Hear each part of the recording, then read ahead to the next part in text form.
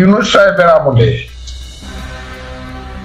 এবং একজন সংস্কৃতি সেবী এবং সংস্কৃতি লিডার ছিল, যিনি আজকে সংস্কৃতির উপদেষ্টা।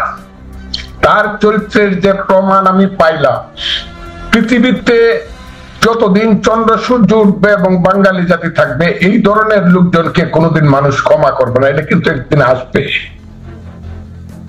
সেই পয়লা বলবে, আপনি দেখবেন এই যে ইউটিউবাররা আসছে দেশে বিদেশে, আমি তাদেরকে কিছু বললাম না, বলবে হাজার হাজার মানুষ রাস্তায় নামছে। এটা খুব প্ল্যান করে মানুষকে নামানো হয়েছে। এবং এই মানুষগুলো কারা? যারা আগে এর 90% মানুষ কোনোদিন পয়লা বৈশাখে বাধা দেওয়া ছাড়া রাস্তায় নামতো না, তারাই আজকে রাস্তায় নামছে। আর যারা রাস্তায় নামতো, যারা রাস্তায় আসতো, যারা গান গাইতো, যারা আনন্দ করতো, যারা পান্তা খাইতো, যারা সবকিছু করতো, এরা কিন্তু আজকে পয়লা বৈশাখের যারা রিয়েল, যারা ফিলিংস যাদের আছে, অনুভূতি, তারা কেউ মাঠে ছিল বলে আমার মনে হয় না। এই যে অপমান, এই কারণেই বলছি ব্যতিক্রম ধর্মী পয়লা বৈশাখ, এটা মানুষ মনে রাখবে অনেকদিন। হ্যাঁ, তবে যদি ইউনূস সাহেব যদি 500 বছর বাঁচে, তাইলে আমরা তো সব মরে যাব, বা 100 বছরে যদি উনি বাঁচে, আমরা তো সব মরে যাব, আমরা তো দেখে যেতে পারবো না। কিন্তু আমার ধারণা বাঙালি সংস্কৃতির উপরে এত বড় অপমানজনক আক্রমণ করিয়া ইউনূস সাহেবরা একদম পার পায়া যাবে, তাদের উপরে কোনো প্রশ্ন হবে না, এটা কিন্তু ঠিক না। এটা কিন্তু হবে। আজকের ঘটনা, ঢাকা শহরের কথা, আমি চিটাগাঙ্গে দেখলাম বাধা দেওয়া হচ্ছে, বিভিন্ন জায়গাতে বাধা দেওয়া হয়েছে, আমি দেখছি বিভিন্ন। এ হলো অবস্থাটা। এই ধরনের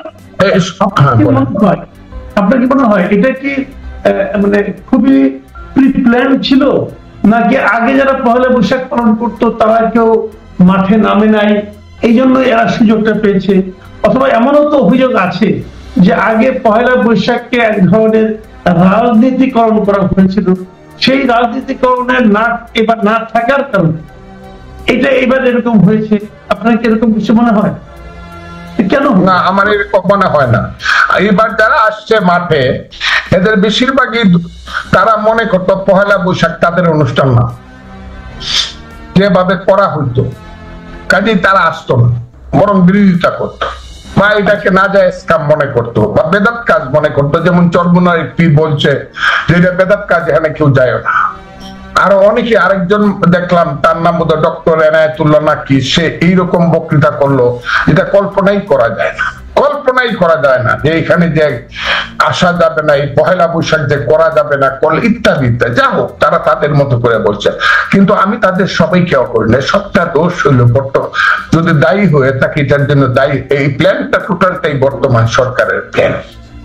আমি খুব ক্লিয়ারলি বলি, বর্তমান সরকারের প্ল্যান। আগের যে সরকার ছিল হাসিনা সরকার, হাসিনা সরকারের আমলে বাঙালি জাতীয়তাবাদী সংস্কৃতিতে বাধা দেওয়া হতো না, কিন্তু এটাকে নিজেদের পক্ষে গ্রাস করার, নেতৃত্ব করার, বা এটাকে ইনফ্লুয়েন্স করার একটা অবস্থা ছিল।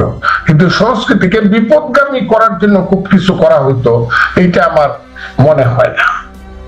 আমার মনে হয় না সংস্কৃতিকে বিপদগামী করার জন্য আওয়ামী লীগ আমলে 15 বছরে কুকিয়ে না, কিন্তু না, এটাকে ওই নিজেদের কবজায় রাখার জন্য সবকিছু করা হইতো। বর্তমানে যেটা হইতেছে, এরা থাকে আগামী বছর পহেলা বৈশাখ হবে না। হ্যাঁ, পহেলা বৈশাখ তারা তাদের মতো করে করবে।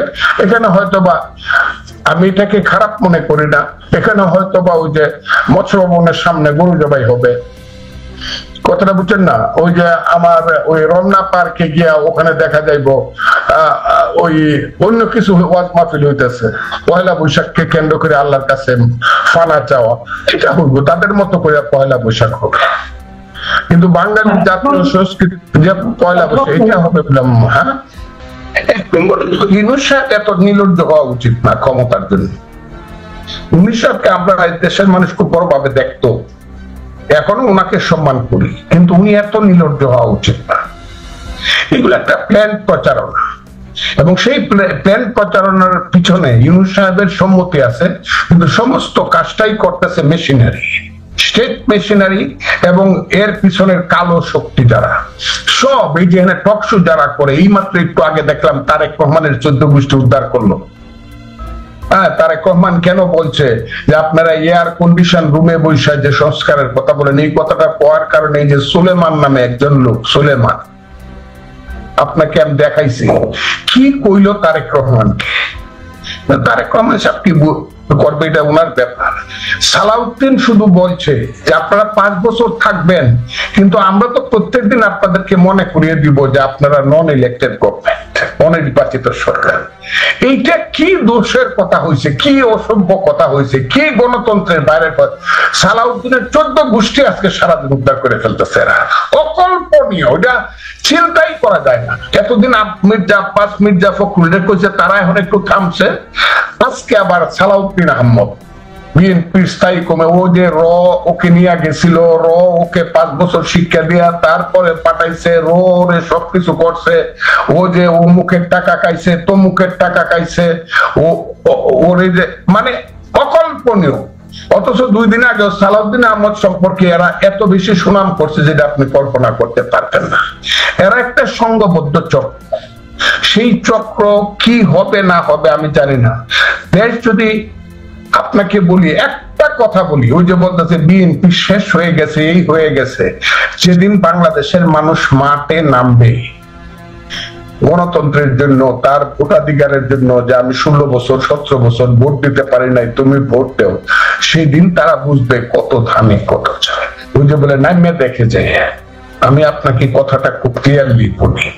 এখানে যদি একটা কথা হলো, আমার প্রথম কথা হলো, এরা যদি নির্লজ্জ না হয়, চুরি চুট্টামি না করতে চায়, রাষ্ট্র ক্ষমতাকে ব্যবহার করে যদি এইসব কি বলবো স্বাধীনতা বিরোধী শক্তির সন্তানরা বলবো বা তাদের কি বলবো, নাইটেই নাই বা বললাম, যারা এইসব ইউটিউবে কথা বলে, তারা যদি মনুষ্যত্ব বিবেকের অধিকারী হয়, ভোটটা দিয়া দেখো 5% ভোট বাংলাদেশে পাও কিনা। এত যদি কও জনগণ সব চাতে জিনিস সাথে যে জনগণ দিয়ে তার সাপোর্টটা নিয়ে নেন, তাই তো হয়ে যাচ্ছে, এভরিথিং ইজ ফিনিশড। জিনিস সাহেব জনগণ তাকে চাইছে, কিন্তু নীলজ্জের মতো প্রত্যেক দিন এই যে ইউটিউবার হইয়া দেশে বিদেশে এই যে রাষ্ট্র ক্ষমতার জন্য, রাষ্ট্রটাকে লুটপাট করার জন্য এবং মধ্যযুগীয় বর্বরতার দিকে এই দেশটাকে ঠেলে দেওয়ার জন্য